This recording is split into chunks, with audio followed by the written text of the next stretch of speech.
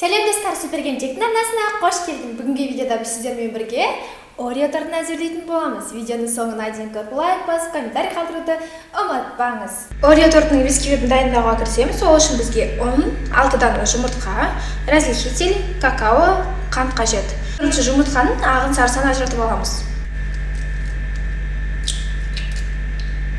Жұмыртқаның ағын сарысынан ажыратып аламыз. Енді жұмыртқаның ағын миксерлейміз, көпіртетін боламыз. Ағынандай пенка болды, яғни көпірді. Енді мұнда қантымыздың көп бөлшегін саламыз. Шамамен 100 граммдай. Ал қалған бөлшегін жұмыртқаның сарысына саламыз. Жұмыртқаның ағын тағы да миксерлейміз.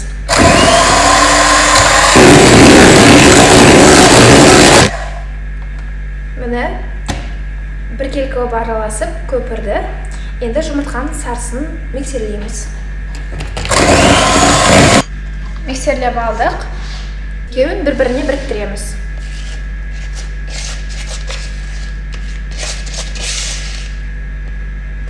Енді екеуін біркелкі етіп араластырамыз. Бір бағытқа қарата, яғни оңды солды емес, бір бағытқа қарата араластырып отырамыз. Тұзға разрыхитель саламыз. Какао ұнтағын саламыз. Араластырамыз. Нөлегіштің көмегімен біз ұнымызды саламыз.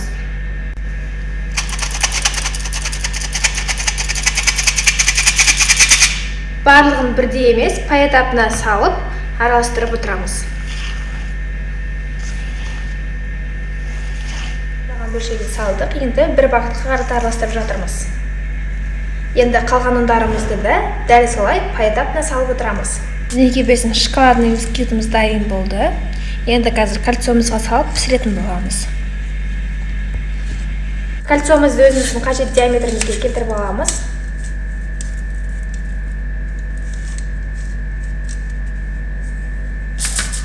Жаңа айналасына бүйтіп қаптаймыз.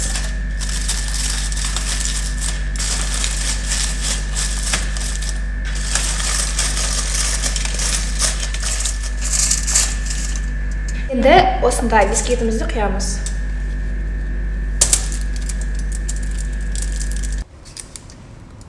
Енді фольгамен бетін жабамыз.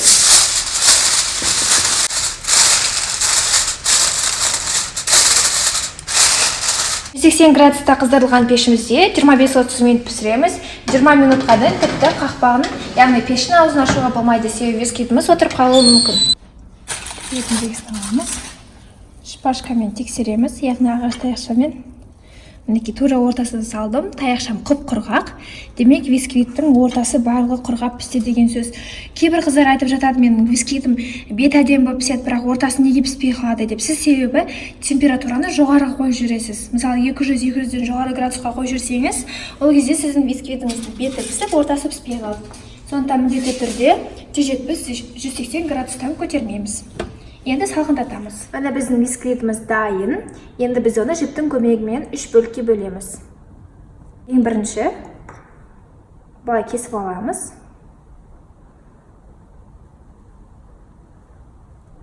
Біркелкі қылып кесіп шығамыз айландырып. Енді жібімізді аламыз. Кәдімгі қарапайым жіп. Қажетінше өлшеп аламыз. Мінекей. Бұл жіпті біз жаңа кескен жерімізден кіргізіп шығамыз. Яғни мына жерден кестік қой. Сол кескен жерлерімізге былайынан кіргізіп шығамыз. Жіпті толыққанды кіргізіп алдық. Содан кейін бір-біріне икс етіп жасап, екі жаққа тартамыз.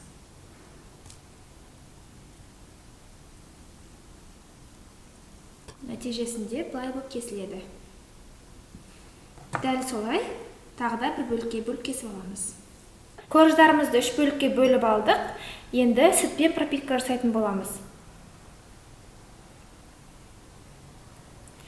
Қант пен сумен да пропитка жасайды бисквиттерге, бірақ ол тым тәтті болып кетеді, сондықтан мен сүтпен пропитка жасап жатырмын. Яғни Орео тортына сүтпен пропитка жасасақ өте жақсы болады. Осылай 3 коржығымызды да сүтпен пропитка жасаймыз. Корждарымызға толық пропитка жасалу үшін бір-бірінің үстіне қойып, алып қоямыз. Оған дейін біз кремді жасайтын боламыз. Корждарымызды пропиткаға қойдық, енді кремді дайындауға кірісеміз. Ол үшін бізге 500 мг салқын сливки керек, сахарный пудра керек, яғни қанттың тағы творожный сыр керек, 250 грамм творожный сыр. Менде ол мынандай креметте, яғни Кохон фирмасының креметтесін қолданамын. Ал сливки менде Чудский озеро. Бұның 500 мл болады, 1 литрлігі болады. Өзіңізге қайсысын ыңғайлы, соны алып қолдансаңыз болады. Бізге бүгінге 500 грамм керек. Кремді дайындауға кірісеміз. Ол үшін біз бірінші сливкимізді миксерлейміз. Сливкиміз міндетті түрде салқын болуы керек. Жылдамдықты бірінші төмен жылдамдықтан бастап, жылдамдықты жай-жайлап көтере береміз. Сливкимізді аздап миксерлеп алдық. Енді біз мұнда қант ұнтағын саламыз, яғни сахарный пудрамызды. Жақсылап миксерлейміз. Енді мұнда творожный сырымызды саламыз, және жақсылап миксерлейміз. Толыққанды қоюланғанша миксерлейміз. Неге креміміз қоюланды, өз формасын ұстап тұратындай қатты болды.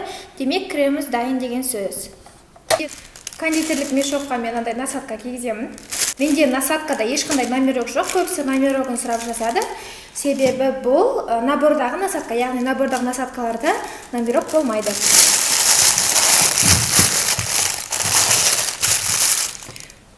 Кремнің көп бөлігін емес, аздағанын ғана алып қаламын. Себебі маған крем оформлениеге, яғни бетіне қолдануға ғана қажет. Соған жететіндей етіп қана алып қаламыз. Осынша ғана крем алып қалдық. Бетіне оформлениеге қолданатын боламыз. Қалған кремімізге, яғни бізде кремнің көп бөлшегі мұнда әлі бар. Бұған орео печеньелерін, яғни кәдімгі орео печеньелерін сындырып қосатын боламыз.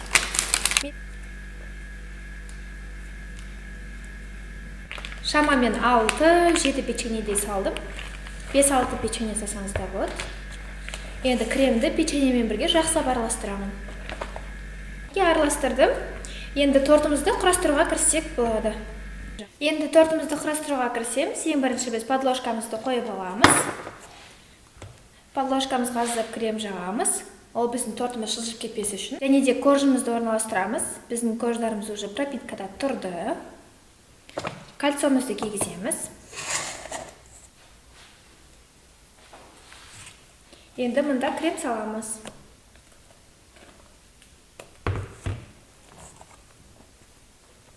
Енді біз коржымыздың жоғарғы бетін, яғни жоғарғы жағын салатын боламыз. Оны ортасына жібереміз, чтобы тортымыздың беті тегіс болуы үшін. Крем жағамыз.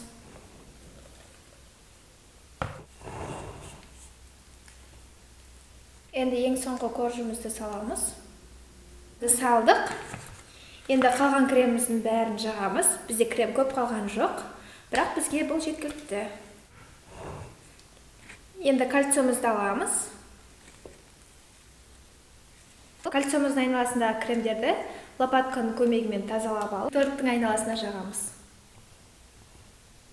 Торттың айналасына аздап темір шпательмен түзеле жүреміз.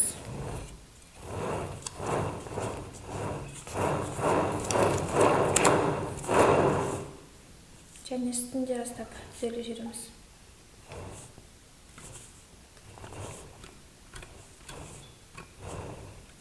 Тортымыз дайын, енді оформление жасаймыз. Тортымыз нәтижесінде мынандай биік, әдемі торт болып шықты. Бағанағы алып қалған кремімізден узор жасаймыз.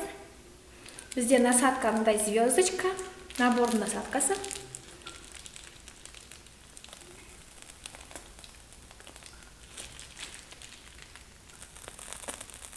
Орео печеньелердің ортасынан бөліп дайындап аламыз.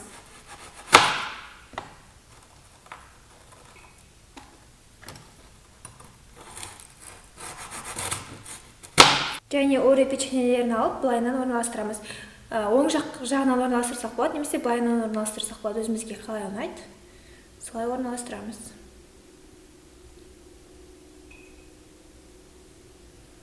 Енді біз орео печеньесінен ағын алып тастаймыз.